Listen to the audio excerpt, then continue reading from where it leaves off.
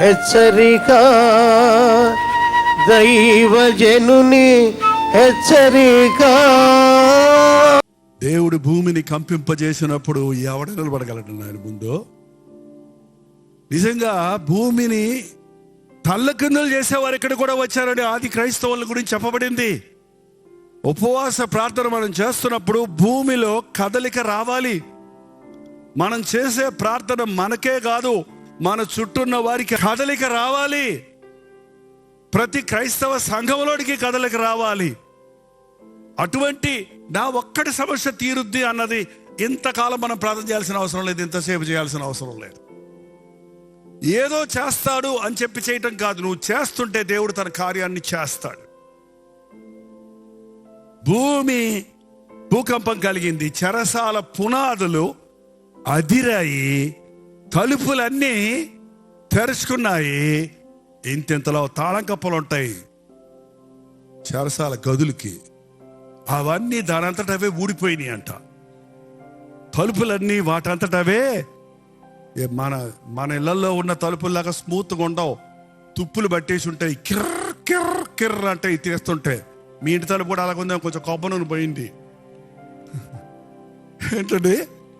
కిర్ర కిర్ర కిర్ర దున్ దున్ దున్ దున్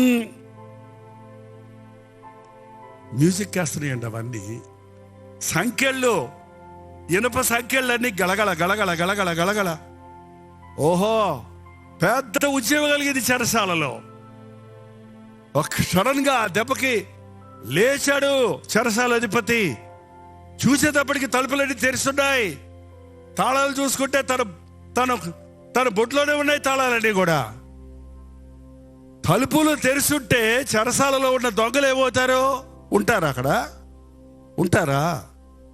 అందరూ పారిపోయారు అనుకుని, ఇక నా ఉద్యోగం కాదురా బాబు, నాకు భయంకరమైన పనిష్మెంట్ ఉంది. రోమన్ సామ్రాజ్యంలో ఉన్న చట్టాలు చాలా కఠినమైనవి. కత్తి తీసుకొని తాను పొడుచుకోబోతుంటే పౌలు వచ్చి అన్నాడు, నీకు నీవే హాని చేసుకోవద్దు, మేమందరము ఇక్కడే ఉన్నారు. అంటే చెరసాలలో ఉన్న వారందరూ అక్కడే ఉన్నారంటే ఏమైందని అర్థం అండి. పౌలు శీలలు చేసిన ప్రార్థన వలన ఆ ప్రాంతం అంతటిలో ఉజ్జీవం కలిగింది. వాళ్ళందరూ పారిపోలేదు, మారిపోయారు. హల్లెలూయా చెప్పరా? పారిపోతారా? మారిపోతారా? మారిపోయి ఉండకపోతే పారిపోయి ఉండేవాళ్ళు. కానీ మేము నేరస్తులం, మేము పారిపోకూడదు, మేము పాపం చేసిన వాళ్ళమే. మమ్మల్ని క్షమించే ప్రభు ఉన్నాడు, మమ్మల్ని ప్రేమించే ప్రభు ఉన్నాడు, అద్భుతాలు చేసే దేవుడు ఉన్నాడని నమ్మారు. కాబట్టి వాళ్ళందరూ అక్కడే ఉన్నారు. ఆ దెబ్బకి ఆ చెరసాల అధిపతి అన్నాడు, అయ్యలారా, రక్షణ పొందుటకు నేనేం చేయాలి? ఏం చేయక్కర్లే, నువ్వు ప్రభువైన యేసుక్రీస్తునందు విశ్వాసం ఉంచు, అప్పుడు నీవును నీ ఇంటి వారునో రక్షించబడతావు. ఇక్కడ చేసే ప్రార్థన మీ ఇంటిలో ఉన్న వారి అందరి హృదయాలు తెరచునుగాక, మీ ఇంటిలో ఉన్న వారందరూ రక్షించబడదురుగాక, మీ ఇంటిలో దేవుని అద్భుత ఆశ్చర్య కార్యములు జరుగునుగాక. నమ్మండి, విశ్వాసంతో ప్రార్థించండి. నీవు చేసే ప్రార్థన నీ చుట్టూన్న వారిని వెలిగిస్తుంది, నీ చుట్టూన్న వారిలో మార్పు తెస్తుంది. ప్రార్థన శక్తి అన్ని శక్తులకు మించినది అన్నది నిరూపించబడుతుంది. గొప్ప ఉద్యోగం కలిగింది అక్కడ. ఉద్యోగ సభలు కాదు. చెరసాల్లో ఉన్న వాళ్ళందరూ మారిపోయాడు, చెరసాల అధిపతి కూడా మారాడు. చెరసాల అధిపతి తన ఇంటికి తీసుకెళ్లి పౌలుని ఏ చేతులతో కొట్టాడో ఆ చేతులతో వాళ్ళ గాయాలు కడిగి ఆయన చేత బాప్తిసం పొంది, ఆయనే కాదు ఆయన ఇంటి వారందరూ బాప్తిసం పొందారు. చూడండి 34వ వచనం, 33, 34. ఆ రాత్రి ఆ గడియలోని అతడు వారిని తీసుకుని వచ్చి వారి గాయములు కడిగెను. వెంటనే అతడును అతని ఇంటి వారందరూ బాప్తిసము పొందిరి.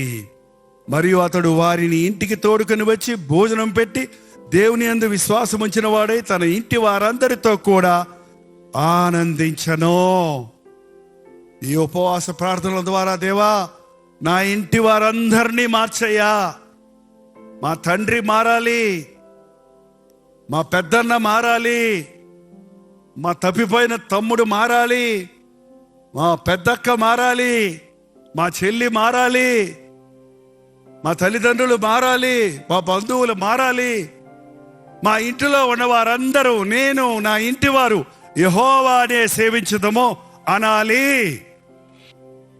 పౌలు శీలలు ఒక్క రాత్రి చేసిన ప్రార్థన ఎంత గొప్ప ఉజ్జీవాన్ని రగులు కల్పిందో. ఇన్ని రోజులుగా ఇక్కడ చేస్తున్న ప్రార్థన ఈ పట్టణాలకే దీవెనకరంగా, ఈ రాష్ట్రాలకే దీవెనకరంగా మార్చాలని దేవుడు ఆశిస్తున్నాడన్న ఎక్స్పెక్టేషన్స్తో ఎదురు చూస్తూ ప్రార్థించండి. చిన్న చిన్న సంకుచితమైన మనసుతో కాదు.